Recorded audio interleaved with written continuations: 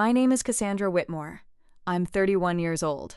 Last Saturday night at my sister's engagement celebration, my mother introduced me to the groom's family, and what she said in that moment, casually, as if it were nothing more than a footnote, cracked something open in our family that I don't think will ever properly close again. 23 people gathered around a candlelit table. White linen, crystal glasses, the kind of restaurant that makes you feel slightly underdressed no matter what you wear. The groom's mother, Catherine, a woman I'd met once before across a boardroom table in Manchester, set down her fork, looked directly at me, and asked one simple question. A question that wasn't really a question at all. Wait, you're her? Everything unraveled in 40 minutes. But the thing you need to understand is that this dinner wasn't the beginning of anything. It was the ending. A detonation point for something that had been simmering for a decade. And if you're watching this on Velvet Vengeance, you'll want to see how it all leads here. So before we get into what happened at that table, let me take you back to where it actually started. I grew up in a town called Ashford, in Kent, population 8,000. The kind of place where everyone knows your father's route to work and your mother's recipe for Victoria sponge. My father, Edward, has been an insurance manager for the same firm for 32 years. Same office, same desk, same modest title. He got that position at 31 and never pursued anything beyond it. My mother, Margaret, was sharp before I was born. She could handle business accounting in her head. She did bookkeeping for 4 different local shops before I arrived. Then I came along, and my father decided it was time for her to stay home. She never went back. I don't think she's ever forgiven me for that. Or my sister. Not really. Not deep down. My sister Cordelia is 4 years younger than me. She's 27 now, works as a marketing manager up in London. She's been promoted 3 times in less than 4 years. Every single time she gets that call from her boss, my mother rings me. Not to share the news with excitement, no. To make sure I've heard it. To ensure the message landed. Our lounge wall tells the entire story. Cordelia's university degree hangs there, framed in walnut. Her Employee of the Quarter certificate from 2 years ago. Her sorority composite photo. My frames stop at my own university graduation photo. That's it. 4 years studying business administration, and that's the last achievement they bothered to preserve. After that, I apparently became invisible.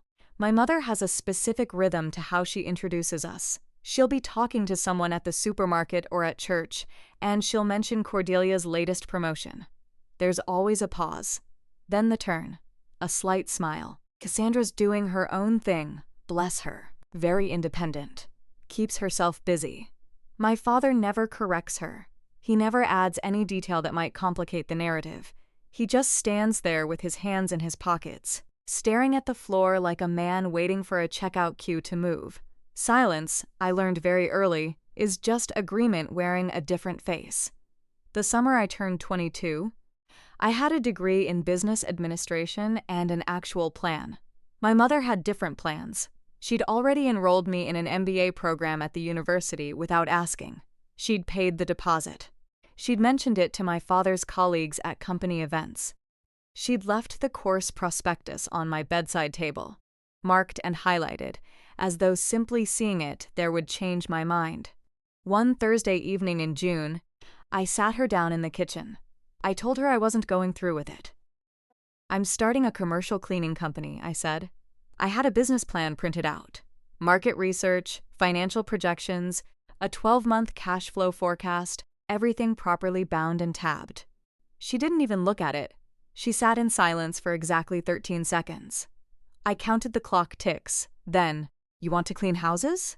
That's what you're doing with your education? My father walked in from the garden. He'd heard enough from the hallway. I've already told Derek at work about your MBA, he said. What am I supposed to say to him now? Cordelia was out with friends. She texted me later that night. Mum says you're being impulsive. Nobody asked to see the business plan except my grandmother, Victoria. She was 72 at the time, sharp as anything. Still ran the village charity shop every Tuesday and Thursday. She sat on her porch in the afternoon sun, read every page of my proposal carefully, and asked me to walk her through the numbers. "Show me where you'll be in 3 years," she said. She gave me £800 from her savings account, money she'd been saving for a new kitchen. She pressed it into my hand along with a handkerchief. White cotton, hand-embroidered, with her initials in navy thread, VW. She held my hand for a moment and said, "Keep this for the difficult days." That same night, my mother told me if I wanted to spend my life scrubbing other people's homes, I could do it without her help. She cut me off. No more money. No more support. Done, I didn't argue. I folded my business plan, put it in my rucksack, and drove 4 hours north to Manchester. My first flat was small. Studio, 1 window, a radiator that clanked at 3 in the morning like something trapped inside the walls. Rent was £320 a month. I bought a second-hand van for $1,600. White, no signage. Air conditioning that worked reliably maybe twice a week, completely unpredictable. My first client was a dental surgery on Spring Street. 3 treatment rooms, a waiting area, a bathroom with appalling mint green tiles.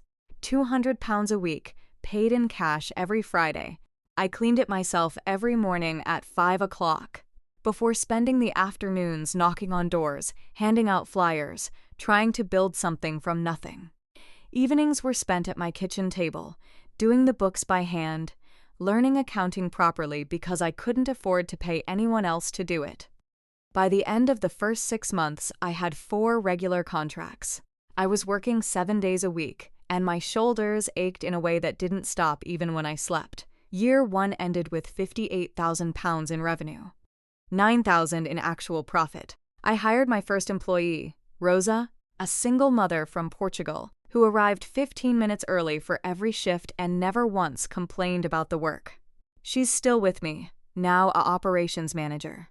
Every Sunday, I called my grandmother. She didn't ask polite questions. She asked specifics. How many clients? What was my close rate? Had I looked into proper liability insurance? She listened the way someone listens when they genuinely believe what you're building is real. Every other week, I called my parents. My mother always answered. The conversation never changed. "Are you ready to come home yet?" "Not yet, Mum." "Well, Cordelia's doing very well at her new position. That's wonderful. Tell her I'm proud of her." My father never took the phone. By year 3, something shifted. I signed a contract with a 16-story office tower on the north side of Manchester. Annual value, £330,000. I opened a second location. I hired my 39th employee. Revenue crossed $1.3 million. I was 25 years old. I called my mother that evening. "Mum, I've just signed a contract worth £330,000 annually." A pause. "So how many people are you sending to mop floors now?" she asked. 39 people mopping floors. That's something. My father's voice came through the speaker. "Your sister just made it into a leadership development program at her company." I was sitting in my office by then. A real office. Desk, filing cabinets, a framed photo of my grandmother on the shelf. I looked at my newly printed business cards, navy blue, with clean typography. A tagline along the bottom, "Excellence in every detail." I'd spent 2 entire days choosing that shade of blue. That was the last time I voluntarily told my parents anything about my business. I didn't make some dramatic decision about it. There was no big conversation. I just stopped trying to share. Because when you tell someone you've signed a deal worth £330,000 and they respond by asking how many people you're sending to mop floors, the message is unmistakable. They've decided what you are. New information isn't going to change that file. For the next 7 years, they believed exactly what they wanted to believe. And I let them.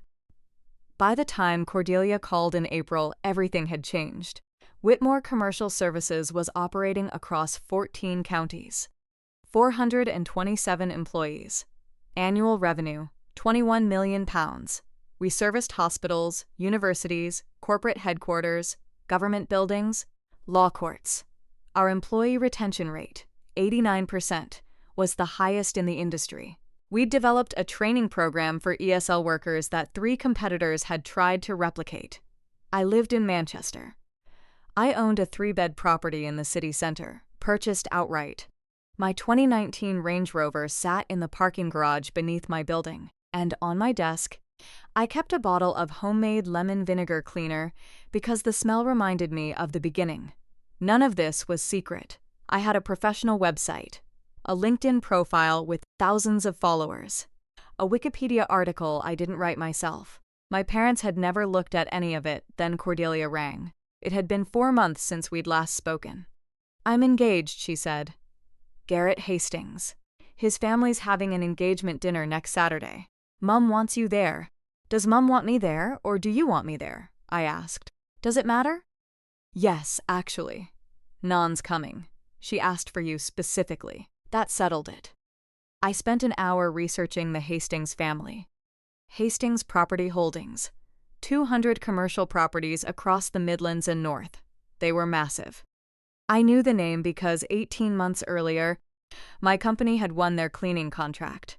45 buildings across 4 regions, 3.8 million annually.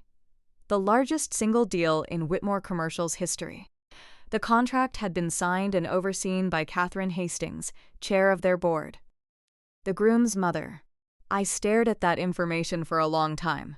The day before the dinner, I stood in my office and picked up that bottle of lemon vinegar. Lemon juice, white vinegar, water. The same recipe I'd mixed in a studio flat 10 years ago when I couldn't afford commercial cleaning products. I unscrewed the cap and breathed in citrus and acid and 10 years of 5 o'clock mornings and aching shoulders and impossible odds. I chose my outfit that evening with care. Not to impress anyone, not to prove anything. Just the way I always dress.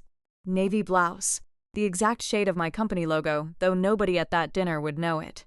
Black trousers, flat shoes, a thin gold chain my grandmother had given me for my 30th birthday. Saturday morning, I called my nan. "I'm heading over now," I said. "Drive safely, love." And Cassandra? Her voice was thinner than it used to be. The heart medication made her tired. Don't let your mother shrink you down to fit her story. I drove north on the M6, 3 hours of motorway and gray sky and radio stations fading in and out like old friendships. 3 hours to decide what parts of myself I was willing to bring into that room. I thought about Catherine Hastings. She'd be there. She'd recognize me. And I had no idea what she might say or what my parents would say when she did. I wasn't planning anything. I need to be clear about that. I drove to that dinner for one reason. An 81-year-old woman with a weak heart who wanted to see her granddaughter. Everything that happened after was just reaction. The Riverside restaurant sat on a country lane outside Ashford, all exposed brick and reclaimed wood, and the kind of place that charges £42 for a pork chop. And makes you feel underdressed regardless. I arrived at 6:55, 5 minutes early. My mother's silver Audi was already there, parked near the entrance, my father's coat draped in the back. Cordelia's white Range Rover 2 spots over, a "Just Engaged" sticker on the bumper that looked like it had been applied with a ruler. The private dining room was at the back. Long table, 23 place settings, candlelight, water glasses already filled. My mother met me at the entrance. She wore a plum-colored dress and a necklace I'd never seen before, probably bought specifically for this event. She hugged me quickly, her hand gripping my shoulder the way you grip a steering wheel in difficult weather. "You look very practical," she said, scanning my blouse, my flat shoes. Her smile didn't reach her eyes. My father shook my hand as if I were a colleague he'd just met. He looked at my left ear the entire time and said, "Glad you could make it." Cordelia crossed the room in heels, her engagement ring catching the candlelight. She hugged me with both arms, which surprised me. "Thanks for coming, Cass, really." She introduced me to Garrett. Tall, polite, firm handshake. And then, she said, "This is my older sister. She lives in Manchester. She's got her own thing going." Nothing more specific than that. At the far end of the table, I spotted my nan. She was thinner than 3 months ago. Wheelchair. Navy cardigan buttoned to her throat. But when she saw me, her face lit up in a way that made everything else in the room seem secondary. "There's my girl," she said. I sat beside her. Catherine hadn't arrived yet. Appetizers came out. Bruschetta, crab cakes, a cheese board that could feed a football team. My mother worked the room like she was campaigning for something. She introduced each family member one by one, and each introduction came with a label, a rank, a reason to be respected. This is my brother Richard. He's retired now but spent 34 years as a firefighter. Tremendous service. My niece Sophie just graduated from nursing university. Top of her class. My cousin Andrew is a solicitor in Birmingham. Very successful. She moved through the room efficiently, tagging each person with their credentials. When she got to me, she simply didn't stop. She moved right past my chair like I was furniture she'd had so long she'd stopped noticing. Robert Hastings noticed. He was Garrett's father. Silver-haired, genuinely curious. The kind of man who asks questions because he actually wants to know the answer. He leaned across the table. "And what do you do, Cassandra?" Before I could answer, my mother's voice cut in from 2 seats away. "Oh, Cassandra does cleaning work, commercial cleaning. She's been doing that sort of thing since university." She waved her hand dismissively. "The way you brush crumbs off a tablecloth." Robert nodded politely.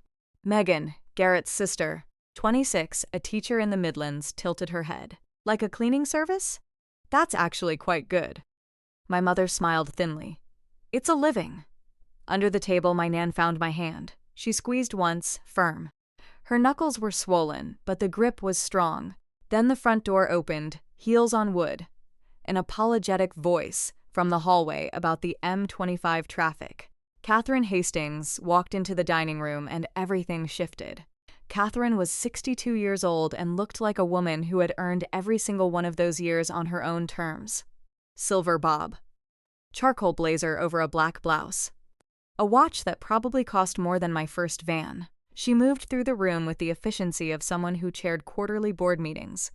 Handshake. Name. Eye contact. Next person. When she reached me, she stopped. Half a second. Maybe less. But I saw it. A flicker. Recognition. Then recalibration. Her eyes moved to my navy blouse. The exact shade she'd seen across a boardroom table in Manchester 18 months earlier. She took my hand and held it slightly longer than the others. "Cassandra, how lovely to see you here," she said. There was a question folded inside her voice that she wasn't quite ready to unfold yet. "Mrs. Hastings, it's good to see you as well," I replied. She sat down across from me, placed her napkin carefully on her lap, accepted water from the server, and then, very quietly, she looked at me one more time. Nobody else noticed. My mother was telling Robert about the time Cordelia won some regional award. My father was studying the wine list like it contained secret messages. Cordelia was laughing at something Garrett whispered. But I noticed, and Catherine knew I'd noticed. She didn't say anything else for the next 20 minutes. She ate her appetizer. She complimented the crab cakes. She asked Garrett about his new flat. And she waited. Let me tell you about the first time I met Catherine Hastings. 18 months before that dinner, I flew to Manchester for the largest pitch of my career. Hastings Property Holdings managed over 200 commercial buildings, office towers, medical complexes, mixed-use developments across 4 regions. They were looking for one vendor to handle cleaning services for 45 of those properties. The contract was worth £3.8 million annually. I wore my Navy suit. I brought a 42-page proposal that had taken 3 weeks to build. Service tiers, staffing models, quality control protocols, cost analysis. I printed 5 copies and drove to a printing center at midnight to get them properly bound. Catherine chaired the meeting. 6 people around the table, and she asked more questions than all the others combined. She wanted to know my employee retention rate, 89%. She wanted to know about my training program. 45 hours of onboarding, monthly check-ins, language support for non-native English speakers. She wanted to know why I started the company. I told her the truth. Because I cleaned my first office at 22 with a spray bottle and a borrowed mop, and I decided that anyone doing this work shouldn't feel invisible. She didn't smile. She wrote something down. After I'd signed the contract, she walked me to the lift. She said, "I've signed hundreds of contracts, Cassandra. This is the first time I felt like the other person cared more about the people doing the work than the profit margin. I carried that sentence in my head for months, because it was the first time someone with real authority, real power, had looked at what I'd built and understood what it actually was. My parents had 10 years to say something like that. A stranger said it in 15 minutes. Back at the dinner table, the main course arrived. Pan-seared salmon, roasted vegetables, a ratatouille nobody was really paying attention to because the conversation had turned to careers. Robert opened the door. "So, Margaret, you must be incredibly proud of both your girls." My mother set down her fork, that look. Half smile, half calculation, I'd seen it 1,000 times. She was framing the narrative. "Cordelia is our real success story," she said. She reached over and touched Cordelia's arm. Promoted twice in 3 years. Her company just trusted her with their biggest account. Cordelia smiled, embarrassed, but also pleased. My mother paused. Let the silence work. Then the pivot. "Cassandra's taken a different route entirely. She's more hands-on, shall we say?" My father didn't wait for a cue. He leaned toward Robert like they were sharing something at the pub. "She started cleaning offices after university. We thought it was temporary, you know. A gap year sort of thing." He gave a small laugh. 10 years later, here we are." He trailed off, shrugged as if the rest of the story wasn't worth finishing. Megan looked at me. Garrett looked at his plate. Robert stopped chewing. I cut my salmon. Steady hand. Chewed. Swallowed. Took a sip of water. At the end of the table, my nan set her fork down hard enough to make it clink against the china. "Cassandra's doing very well, actually," she said. "She's built something quite impressive." My mother didn't miss a beat. Her smile stayed perfect. "Of course she has, Mum." Nobody suggested otherwise. That's how she operated. Never an accusation you could actually pin down. Just implication layered so thick you couldn't breathe under it. Just unsaid things that somehow got heard anyway. Catherine picked up her water glass, set it down without drinking. Her eyes had been on my mother for 30 seconds straight. Between the main course and dessert, I excused myself. The bathroom was down a narrow hallway with cream walls and a framed watercolor of farmland. Generic restaurant art. My father was waiting in the corridor when I came out, hands in pockets, shoulders slightly rounded. He looked like a man who'd been standing there for a while, trying to work up the courage to speak. "You doing all right, Cass?" he asked. "I'm fine, Dad." He shifted his weight. Left foot, right foot. "Your mother can be a lot sometimes, but she means well, you know." "Does she?" I asked. He opened his mouth. Something flickered across his face. Not quite courage, but the shadow of it. The look of someone reaching for a door handle in the dark. His fingers turned his wedding ring. 1 rotation, 2. From the dining room, my mother's voice. "Edward, can you come get more wine?" Crisp, final. "The way you call a dog that's wandered too far." He blinked. I should go. He turned and walked back without looking over his shoulder. I stood in that hallway and watched him disappear into the warm light of the dining room. And I thought that might be the closest he'd ever come to actually saying something real to me. That half-formed sentence in a hallway was the best my father could manage, and it still wasn't enough to finish. I'd stopped counting on almost years ago. I went back to the table. My nan reached over and touched my wrist, checking without words. I nodded. She let go. Cordelia had stepped away to talk to Garrett by the window. Her phone lay on the table beside her bread plate. The screen lit up, a notification banner, group chat. Wedding planning. I didn't pick it up, didn't touch it, but the preview was right there, bright against the white tablecloth. My mother's name. The timestamp said 2 hours before dinner. "Whatever happens tonight, don't let Cassandra talk about her work. The Hastings family doesn't need to know we have a cleaner in the family." "It's embarrassing." Cordelia's response sent 1 hour before dinner. "Already handled." I introduced her as my sister in Manchester. That's all anyone needs to know. I read both lines twice. 23 people in this room. 3 of them had coordinated in advance to make sure I stayed small. Not a spontaneous comment, not a careless slip, an actual plan, written down, time-stamped, discussed. I picked up my water, drank, set it down. My nan studied my face. She couldn't have seen the phone from her angle, but she read something in my shoulders. My jaw, the way my hand trembled slightly around the glass. "You all right, love?" she asked quietly. "I'm seeing clearly," I said. "That's all." She didn't push. Ruth has spent 81 years learning when to speak and when to let silence carry the weight. "Paige." "No." Cordelia came back, picked up her phone without checking it, and slid it into her purse. She smiled at me. Bright. Easy. A smile that had never once wondered what it cost to receive. Dessert menus arrived. I didn't open mine. Under the table, I opened my wallet. Found the handkerchief. White cotton. 10 years soft. VW was still legible, though the navy thread had faded to something closer to gray. I could feel the stitching with my thumb. My grandmother had pressed this into my palm the night I left Carver. No. Ashford. I'd carried it every single day since, through the studio flat, through the first contract, the second location, the 50th employee, the 100th building. It had been in my pocket when I signed the Hastings deal. It was in my pocket now. I ran my thumb across the embroidered letters and thought about the group chat. 2 messages, 6 sentences, 10 years of assumptions scheduled and confirmed like a restaurant reservation. This wasn't about ignorance. They knew enough to plan around it. They knew enough to agree on a script beforehand. Don't let Cassandra talk about her work. As if my work was something shameful. Something to hide. Something that reflected poorly on them. I didn't decide to expose anyone in that moment. I didn't rehearse a speech or plan some dramatic revelation. I just made a decision that was 10 years overdue.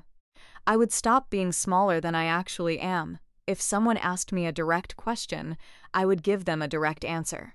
No downplaying, no deflecting, no performing false modesty to protect people who had never protected me. Catherine caught my eye across the table. She was stirring cream into her coffee with slow, deliberate precision. The kind of precision that comes from noticing everything. "How's Manchester treating you?" she asked. "Busy," I said. "Good busy?" She nodded, took a sip, said nothing else. But I could see her doing the mathematics. The woman my mother had described versus the woman Catherine had sat across from in a boardroom. The numbers weren't adding up. And Catherine Hastings was not the type of woman who tolerated bad arithmetic. Dessert plates hadn't landed yet when my mother stood up. She tapped her knife against her wine glass. 2 crisp clinks. The room went quiet. "I'd like to say a few words," she announced. She pressed her hand to her chest. Her eyes glistened on command. I'd watched her do this at funerals, at church events, at parent-teacher meetings where she needed to make an impression. My mother can summon tears the way other people summon an Uber. "When I look at Cordelia," she said, her voice trembling slightly, "I see everything I ever dreamed my daughter would become." She talked for 2 full minutes. Cordelia's degree, Cordelia's career, Cordelia's accomplishments. Every sentence a brick in a monument to the daughter who had followed the blueprint. She never said my name. Not once. Robert Hastings shifted in his seat. He glanced at me, then back at my mother. The kind of man who keeps track of what isn't said. He waited until she finished. "And your older daughter?" he asked. "Cassandra, isn't it? She's here tonight too?" My mother blinked, recalibrated, found her footing.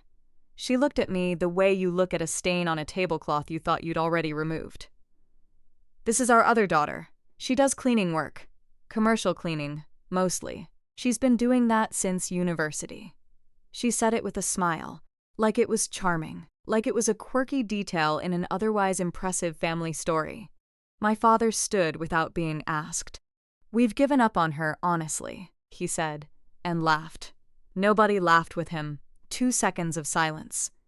Then Catherine Hastings set down her fork, slowly. The way you set something down when you've decided the next thing you do is going to matter. 23 people staring. Catherine hadn't blinked. Megan looked at her plate.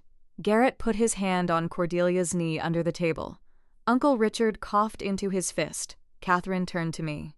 Her voice was level, unhurried. The same tone she'd used in that boardroom when she'd asked me about retention rates and why I started the company. "Cassandra," she said, "I'm curious. Tell me about your cleaning work." My mother moved fast. "Oh, it's nothing fancy. She goes to people's houses, cleans, that sort of thing. Been doing it since university. Catherine didn't look at her. I'd like to hear from Cassandra if you don't mind. That sentence landed on the table like something heavy dropped into still water. I set down my napkin carefully. I own a commercial cleaning company, I said. We service office buildings, hospitals, universities, government facilities across 14 counties. My mother's smile went thin. She tried to laugh it off. Well, she makes it sound so much more official than it is. Catherine was still looking at me, not at my mother. At me. How many counties? Catherine asked. 14. My father's fork clinked against his plate. His hand had just twitched. How many employees? Catherine continued. 427, as of last month. The room shifted. Paige. Cordelia's head turned toward me slowly. Like watching someone notice their building is on fire. Robert leaned back in his chair. Megan's lips parted. Garrett looked at his mother with the expression of someone realizing there's a conversation happening above their understanding. My mother's smile was gone, just replaced by nothing. A blank space where a window used to be. Catherine reached into her purse. She pulled out a business card. Navy blue, clean typography, a tagline I'd spent 2 days perfecting. She placed it on the white tablecloth in front of my mother, face up. Wait, Catherine said quietly. You're her? Not a question, a confirmation. Yes, I said. Catherine looked at my mother, then at my father, then back at me. My company signed a £3.8 million annual contract with Whitmore Commercial Services 18 months ago, she said. Her voice carried the way voices carry in important meetings. Measured, factual. No decoration. 45 buildings across 4 counties. Cassandra presented that proposal herself. She sat at my boardroom table in Manchester and answered every question I asked about her business, her people, her values. She paused. I watched my mother's face. I've seen her in every emotion, furious, wounded, theatrical, cold. I've watched her cry at school plays and yell at shop assistants and deliver eulogies that made grown men weep. But I had never, not once in 31 years, seen her lose color. It started at her cheekbones, spread to her lips. Her hand, still holding her wine glass, went white at the knuckles. My father's hand froze halfway to his glass. Like someone had paused a video, Cordelia stared at me, mouth slightly open. Her engagement ring catching light she wasn't paying attention to anymore. My Nan didn't move, didn't speak. She just looked at my mother with an expression I'd finally learned to recognize. It was patience. The kind that comes from knowing about a lie for years and finally watching it meet the air. 4 seconds of silence. Then everyone talked at once. Garrett leaned forward. Wait, you run a company? Megan started asking questions about the counties. Uncle Richard turned to my father. Edward, did you know about this? Robert Hastings set down his napkin and looked at my father the way a man looks at a colleague who's just been caught in a significant lie during a board meeting. My father picked up his wine glass, drank, said nothing. My mother recovered first, she always does. 30 years of controlling narratives in small towns doesn't break in one evening. She shifted forward, pressed her palms together, and found a new voice. Warmer, wider, coated in surprise that was just barely convincing. Well, she never told us it was that large, my mother said. Cassandra's very private. We genuinely had no idea. She turned to Catherine with manufactured wonder. I always knew she'd do well. I set down my fork. You knew, Mum. I told you at year 3. I remember the exact words you used. So how many people are you sending to mop floors now? My mother's face hardened for a fraction of a second before she smoothed it back out. I never said that, she replied. From the far end of the table, my Nan's voice. Quiet, steady, final. You did say that, Margaret. I was on the phone with you. You said it clearly. My mother didn't respond. She didn't need to. The lie had been caught, witnessed, confirmed by someone with nothing to gain from lying. My father reached for the breadbasket, put his hand on a roll, didn't pick it up, just held it there like a man who'd forgotten what he was reaching for. My mother's eyes filled with tears, right on schedule. She pressed her napkin to her mouth, drew in a shaky, theatrical breath designed to shift everyone's attention toward her pain. I can't believe you're doing this, she said, her voice cracking. At Cordelia's engagement dinner. This night isn't about you, Cassandra. She turned to Catherine, switched her register entirely. Softer now, conspiratorial. One woman speaking to another. I'm so sorry. Family can be complicated, she said, and dabbed her eyes. We've always tried to support both our daughters. We really have. Cordelia reached for my mother's arm. Automatic. The golden child trained to provide comfort on cue. I didn't take the bait. You introduced me, Mum, I said. Catherine asked questions. I answered them. Cordelia pulled her hand back, looked at me. Can we please just stop? She asked. Her voice pitched higher. Not cruel, just cornered. This is my night. Why does everything always have to be about you? Cordelia, I've been sitting here eating salmon, I replied quietly. I didn't make a speech. I didn't interrupt anyone. I answered a direct question about my work. Catherine spoke. Not loudly. She didn't need volume. She had something heavier. Cordelia, Catherine said, nobody's trying to ruin your evening. But your mother made very specific claims about your sister in front of my family that simply aren't true. She folded her hands on the table. In my experience, Catherine continued, facts aren't drama. The room held its breath. Megan reached for her water glass. Robert sat perfectly still. Garrett looked at his mother with something between admiration and fear. My Nan sat in her wheelchair at the end of the table and watched her daughter the way a woman watches a house. She warned everyone about finally catch fire. My father tried to break the tension. Well, this is certainly quite the dinner entertainment, he said, attempting a chuckle. The sound landed in the room like a coin dropped in a church. Nobody laughed. He pivoted, pulled his chair in, attempted his reasonable voice, the one he uses at work meetings when a claim is getting complicated. Cassandra, he said, look, we genuinely didn't know. You could have told us. You know we're not mind readers. I did tell you, Dad, 3 times. You stopped listening and I stopped talking, I replied. Robert Hastings leaned forward. Not aggressive, just honest. The way a man speaks when he doesn't understand something and isn't willing to pretend he does. Edward, Robert said, if one of my children had built a 21 million pound company, I'd want to tell absolutely everyone in this room.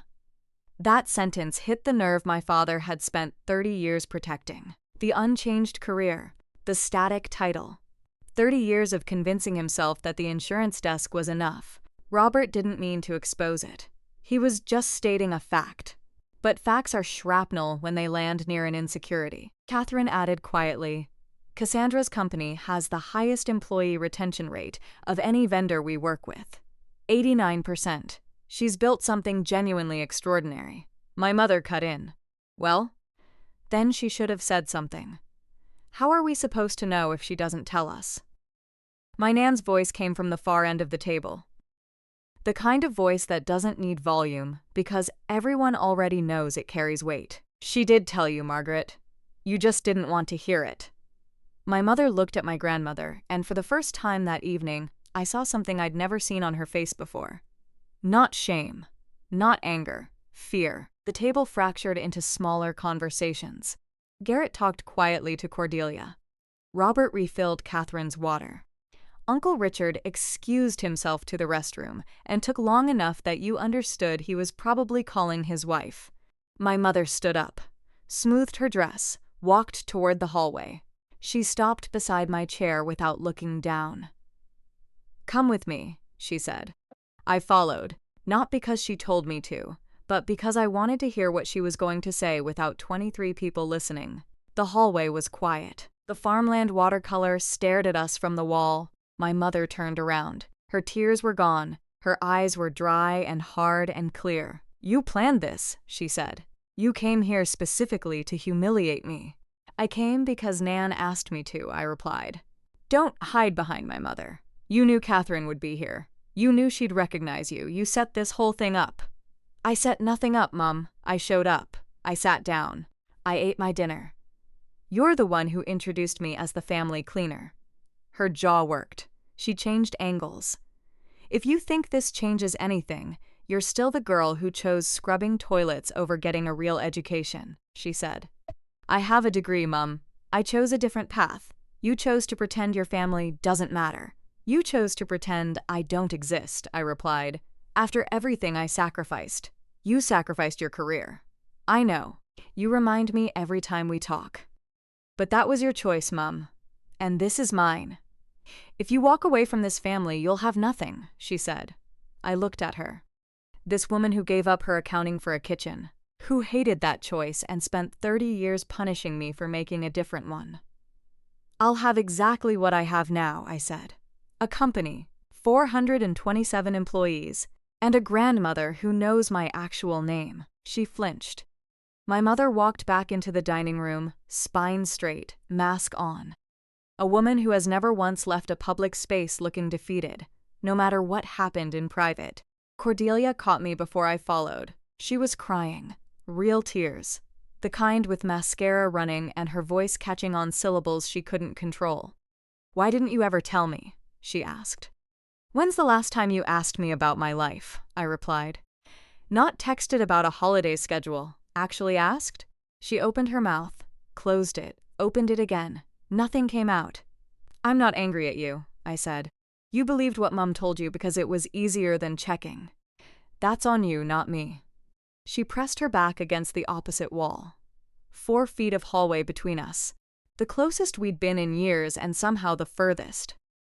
So you're really running this in 14 counties, she said quietly. 14 counties. 427 people who show up every morning because the work matters. A grandmother who calls me every Sunday to ask how it's going. Cordelia's face crumpled. Not from shame. Something deeper. The weight of realizing she'd outsourced her entire relationship with her sister to a woman who'd been lying about both of them for a decade. She didn't say she was sorry. She wasn't ready for that word yet. But she didn't defend my mother either. And in this family, silence against my mother is its own kind of rebellion. I walked back to the table. Cordelia followed a minute later, eyes red, napkin pressed to her face. I stood behind my chair. I didn't raise my voice. I didn't grip the table or square my shoulders or do any of the things people do in films when they're about to deliver some dramatic speech. I just stood there, one hand on the chair back, the other in my pocket, thumb pressed against the faded monogram of my grandmother's handkerchief. I'm going to say this once, I said. The table went still. Forks stopped. Coffee cups hovered. Even the server by the door paused with a tray of petit fours balanced on her arm. I love this family, I continued.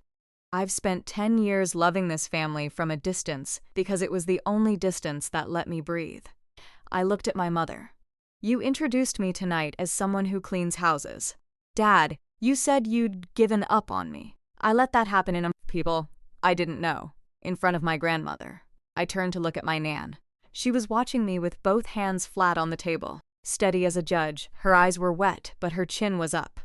Nan never gave up, I said. She asked. She listened. She showed up. I turned back to the table. I'm not here to embarrass anyone, I said. I came because my grandmother asked me to be here. But I won't sit at any table where my own parents describe me as less than what I am. That's my boundary. It's not a punishment. It's a decision. I sat down, picked up my water, took a sip. The room stayed silent for 5 seconds. Then my mother broke. She stood up. Chair legs scraped the hardwood floor. You can't just. Her voice cracked. She caught it. Rebuilt it. Lost it again. You can't just leave. I'm your mother, she whispered. I looked at her calmly. Then act like one. 3 words. They landed in the room like a stone dropped into still water. And the ripples reached every corner. My mother's composure shattered, the real kind, not the staged version. Her chest heaved. Her hands trembled against the edge of the table. Tears rolled down her face, and for the first time, I couldn't tell if they were real or rehearsed. Maybe she couldn't either. I gave up everything for this family, she said, her voice breaking. Everything.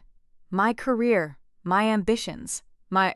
She stopped, looked around the room, saw the Hastings family watching, saw Robert's expression, saw Catherine's stillness, realized she'd said too much in front of the people she'd spent the entire evening trying to impress. Catherine spoke quietly. Margaret, your daughter built something remarkable. Perhaps it's time to actually see it. My mother's head snapped toward Catherine. "You don't know our family." "I know your daughter," Catherine replied. "That's enough." My father sat in his chair, silent, unmoved. He was going to ride this out the way he'd written out 30 years of marriage, present in body but absent in every way that actually mattered. From the far end of the table, my Nan's voice, thin but iron underneath. "Sit down, Margaret." My mother sat, not because she agreed, not because she surrendered, because my Nan was still her mother, and even Margaret Whitmore, controller of narratives, commander of tears, couldn't defy that voice in front of 23 witnesses. The table exhaled. I hadn't raised my voice once. I pushed my chair back and walked to the end of the table. My Nan was sitting in her wheelchair, hands folded in her lap. Her cardigan had slipped off one shoulder. I fixed it without thinking. The way you fix things for people you love. Automatic and quiet. I knelt beside her. She took my hands. Her fingers were thin, the knuckles swollen, the skin papery and cool. But the grip was my Nan. "You don't need to stay for me, sweetheart," she said quietly. "You already came." "That's enough. I'll call you Sunday. Same time," I replied. "You better," she said. I kissed her forehead. She smelled like lavender and wool, and the cedar closet in her flat where she keeps the quilts she made in the 70s. She slipped something into my hand. A folded piece of paper, small enough to fit in a palm. I closed my fingers around it without looking. I stood up and turned to Catherine. "Thank you, Mrs. Hastings." "For the questions." Catherine nodded. A small, precise motion. "Thank you, Cassandra." "For the answers." I picked up my purse from the back of my chair. Then I took one of my business cards from my wallet and placed it on the table beside my mother's place setting. Navy blue, clean typography, excellence in every detail. I walked out, steady pace, flat shoes on hardwood. I didn't run, I didn't turn around. Behind me, I heard my mother say something sharp and clipped, already composing the version of this story she'd tell her friends. But I was past the hostess station before the words reached me. The front door closed behind me with a clean, final click. I drove 11 miles before I pulled over. A small church car park. White clapboard. Empty except for a minivan near the back that probably belonged to the caretaker. I turned off the engine. The dashboard clock said 9:07. Through the windscreen, I could see a security light throwing a pale circle onto the gravel. I opened my hand. My Nan's note, folded twice. Her handwriting was shaky, arthritic, the letters leaning right like they were bracing against wind. But every word was clear. "Cassandra, I watched you build your life the way I always wanted to build mine. Your mother got my fear. You got my courage. I'm sorry it took me so long to say it out loud. Don't wait for them to see you. The right people already do." I read it 3 times, then I cried. Not the way people cry in stories, not graceful, single tears rolling down cheekbones. I cried hard and ugly, bent over the steering wheel of my Range Rover in the car park of a church I'd never been to. The engine was off. The windows fogged from the heat of grief I'd carried for 10 years. I reached into my wallet. The handkerchief, VW. The monogram faded from navy to gray. Soft cotton. 10 years of being held. I pressed it to my face. It smelled like lavender, like my Nan's dresser drawer, like the only person in my family who ever thought to actually ask. She'd given me £800 when I was 22. A handkerchief when I had nothing. And tonight, 17 lines of shaky cursive that said everything my parents never could. I sat in that car park for 20 minutes. Then I drove home. 48 hours passed. That's how long it took for everything to develop properly. My mother called 7 times. I let every call go to voicemail. The first 3 were angry, clipped sentences, controlled fury. The voice of a woman who genuinely believed she'd been wronged by the person she'd wronged. "You humiliated me in front of the Hastings family, Cassandra. In front of Catherine. Do you understand what you've done?" The next 2 were wet with tears. Pauses, nose blowing. "I'm your mother. You can't just walk away from your mother. That's not how this works." The last 2 were silence, 10 seconds each, then a click. My father sent one text Monday afternoon. 4 words, "Your mother is very upset." I read it. I didn't respond. Cordelia texted Sunday night. "I'm sorry I never asked. Can we talk? Not about Mum, just us." I read it. I didn't delete it. I didn't respond yet, but I didn't delete it. Catherine sent an email Monday morning from her company address. Subject line: dinner and a contract, Cassandra. My son is marrying into an interesting family, but he's not marrying his mother-in-law. Your company remains our most valued partner. Dinner sometime. Not business, just two women who work hard and understand what that costs. I printed that email and taped it to my office wall next to the first pound I ever earned cleaning that dental surgery on Spring Street. Sunday morning, right on schedule, my phone rang. My Nan. I picked up on the second ring. "How's my girl?" she asked. "Better, Nan." "Getting better," I replied. "You read my note?" "Every word. 3 times. Good. Now put it somewhere safe and go build something." I did. Monday morning at 7:15, I walked into the Whitmore Commercial Services office on West Manchester Street. 3,000 square feet of open floor plan. Glass-walled conference room. A break room that always smells like Rosa's coffee. Strong enough to dissolve a spoon. Rosa was waiting in the hallway with 2 mugs. 15 years my first hire, my first friend in this business, and now my operations manager. "Boss," she said, handing me my mug. "You look like you had quite the weekend family dinner." I sat down at my desk and opened my laptop. 312 emails. One from Catherine Hastings' office. Contract renewal. 3-year extension. Improved terms. A note from Catherine's assistant. "Mrs. Hastings asked me to expedite this." I leaned back and looked at the bottle on my desk. Lemon juice, white vinegar, water. The recipe I mixed in a studio flat when I was 22 and couldn't afford anything better. I unscrewed the cap and held it under my nose. Same smell, same sharpness. Same woman, just older, steadier, with 427 people counting on her to show up every morning and mean it. My mother called me someone who cleans houses. She wasn't wrong about the verb. We do clean. We clean hospitals where children get better. We clean office buildings where people build careers. We clean courthouses where justice happens. We clean university halls where the next generation learns.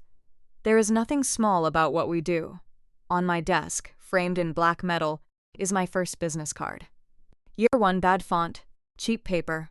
A logo I drew myself at 2 in the morning on a free design website. I've never taken it down. 2 weeks later, I called my mother. The only time I initiated contact since that dinner. She picked up on the first ring.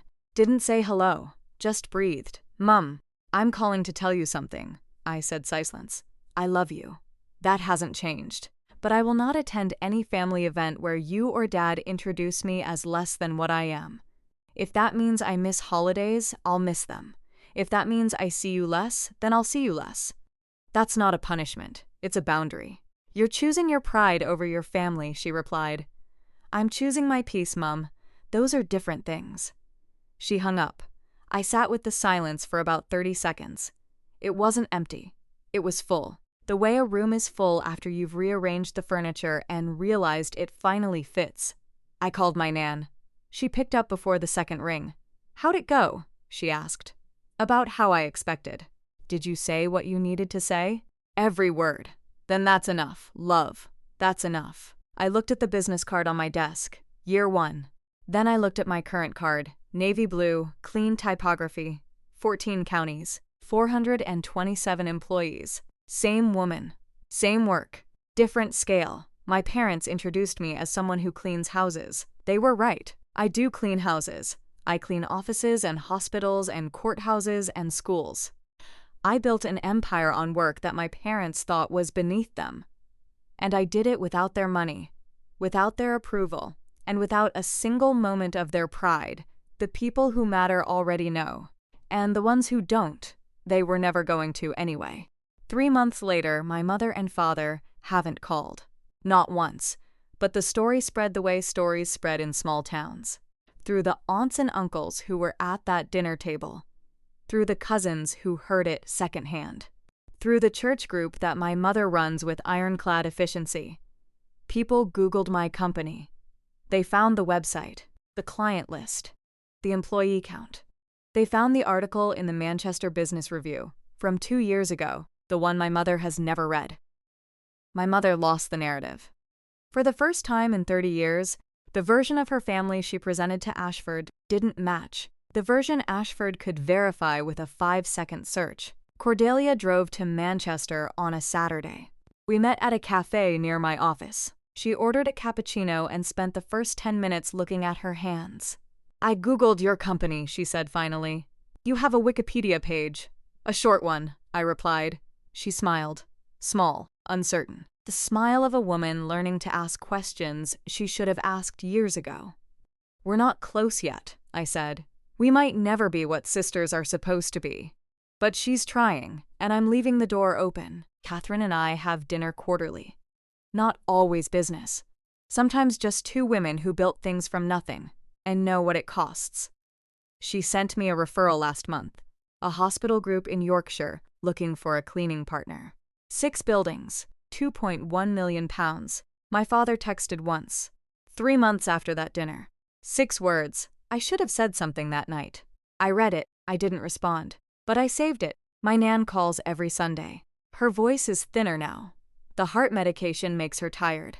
But she still asks about my numbers, my people, my plans. And I still answer every question.